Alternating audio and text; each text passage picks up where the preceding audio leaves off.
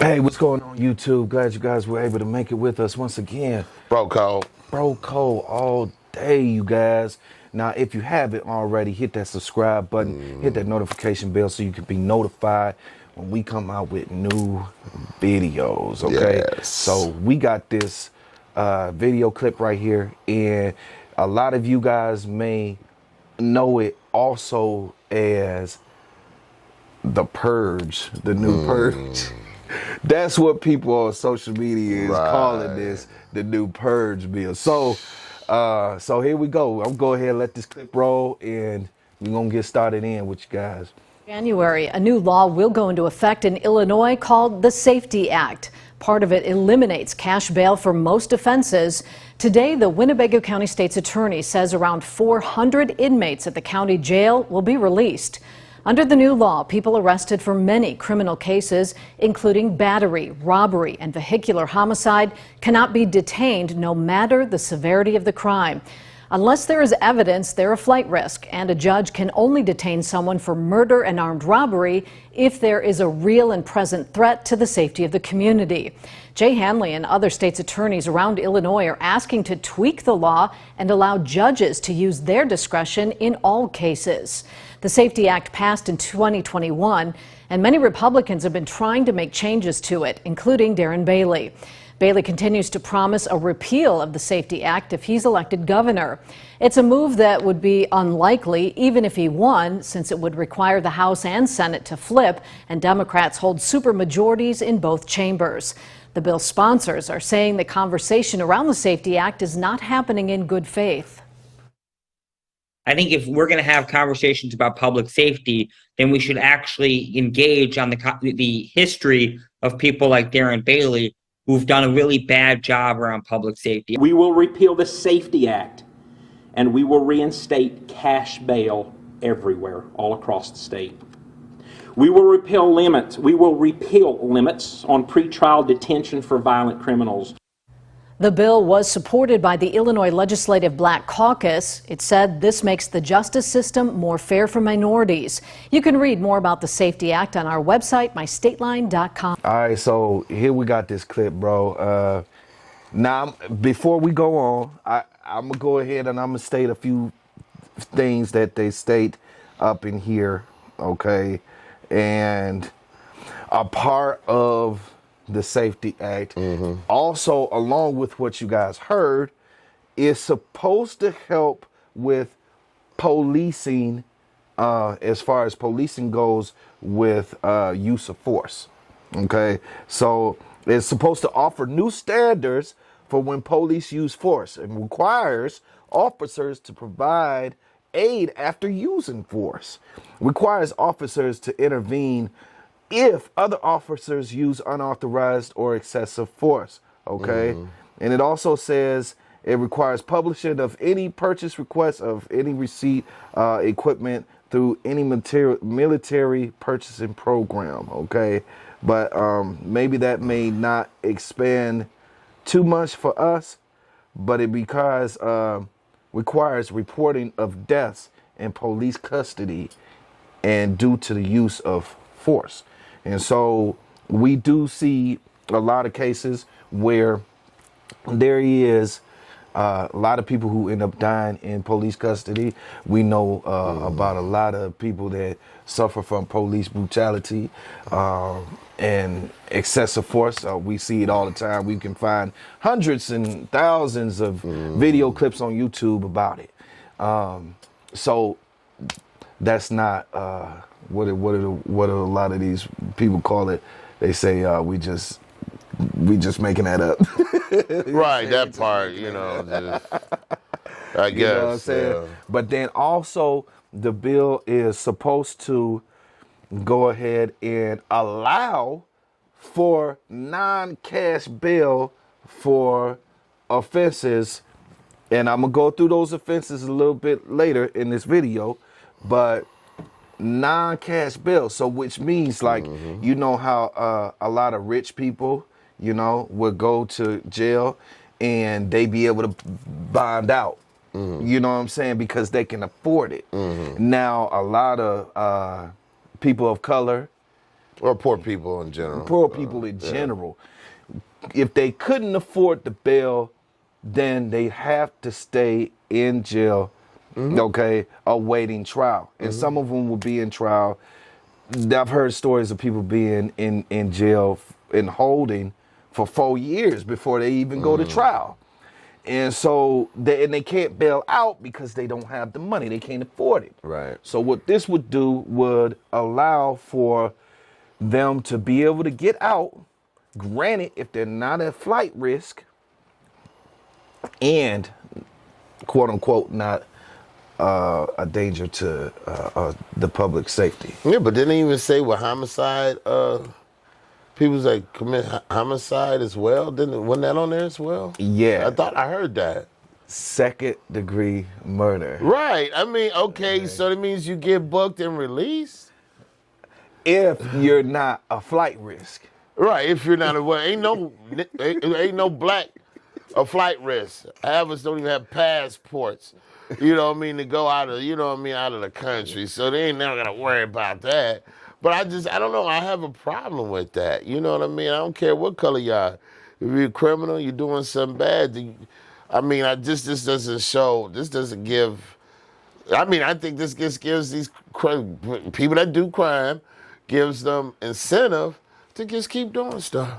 Because they know they're come right back out. Okay, let's say somebody beat up their wife, and that the wife is in an abusive marriage, whatever the case is. He gets arrested, released, goes back there, beats up again, maybe even kill her. Don't even have a chance for her to even have a break, a day break or two, because he coming right back out. Yeah. And guess where he going? Right back there. Yeah. I don't know. I don't see. There are ups, there are pros and cons to it, but the cons aren't really that good. You know what I mean? They just, I don't know. It kind of puts. Well, yeah, and I can see why they say purge. You know what I mean? Because they're coming back out and they're able to repeat the same offense within the same day. Yeah. After processing. Oh, you get a court date. No telling when that court date gonna be. Right. You know what I mean? Right. It's just, where's the protection for the people, for the people that are the victims? Yeah. I don't see it. Yeah, because the thing is that if you don't show up for court, once you get your court date, if you don't show up for court, then there's not going to be a warrant issued for your arrest. What they're going to do with this new bill is they're going to mail out a letter reminding you that you got to come to court. And, I'm pretty sure they're going to make up another court date for you. That letter, throw it in the garbage. Okay, come on now. That doesn't make sense. It doesn't make sense. I don't know where this policy is coming from. I guess from Biden, right? Did we vote for him? I'm just saying, what is Smokey Joe doing? There's some more.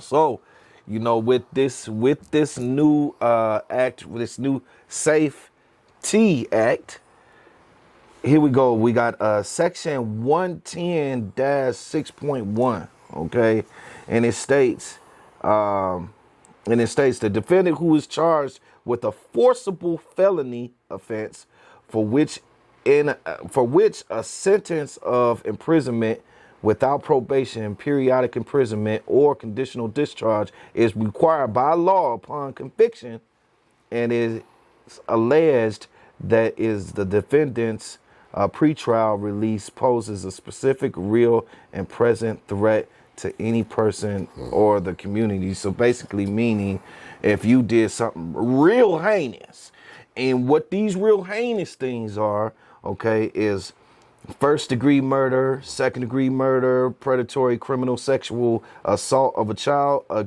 aggravated criminal sexual assault, robbery, burglary, residential burglary, aggravated arson, aggravated kidnapping, aggravated battery, resulted in great bodily harm or disfigurement.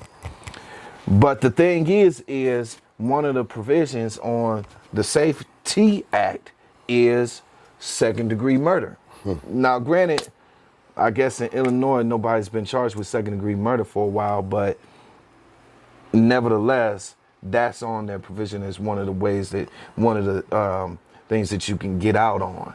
Okay, now a judge technically has the right to say, well, okay, well, it looks like you may pose a threat to the public, and we're gonna go ahead and hold you.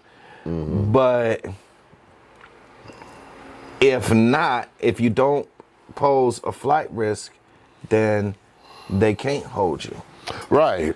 So I get that. Just... I don't know. I look at it as I get it. I get it because on one end they're making it seem like they're helping you. Right. You know Police what I'm and the saying? police. Right. And then on the other end, you kind of getting fucked too, because Definitely. if we feel like, okay, we go ahead and one of our family members commit a crime or whatever, and then they go to jail and they can get out without having to worry about any bond. Okay, that's great. Now we can work on your case. We can get you a lawyer, and you can get your thing straight.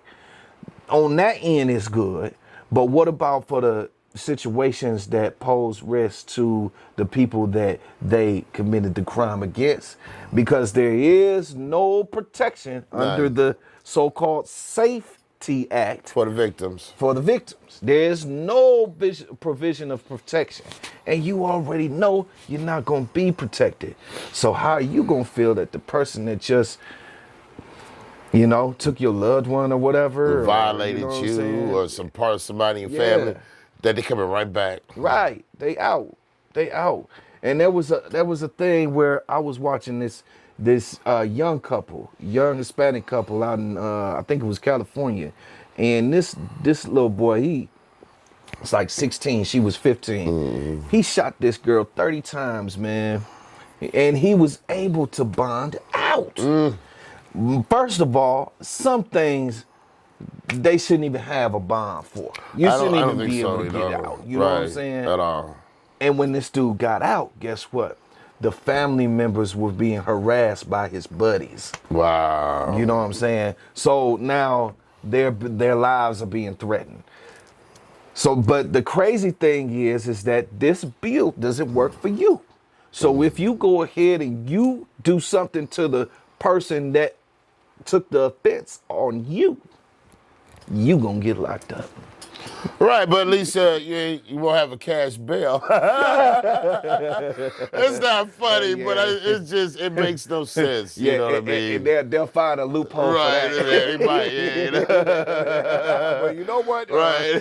$2,000. But I mean, besides being, this right here, I couldn't say that this is a win.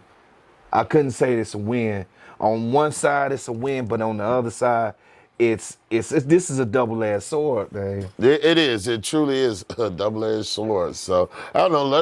Let's let them comment. Let's let YouTube land comment and see what they think about it. That's what I think. Yes. Yeah. So let us know what you guys think. I know you guys have seen this circulating around the internet, and the Purge thing going on, and everybody's got their voices of opinions. Shout out to everybody that's put it out there. But go ahead, leave your comments, hit that like button, smash that like button, and hit that subscribe button so you can be aware of videos that we come out with in the future. All right, you guys. Peace.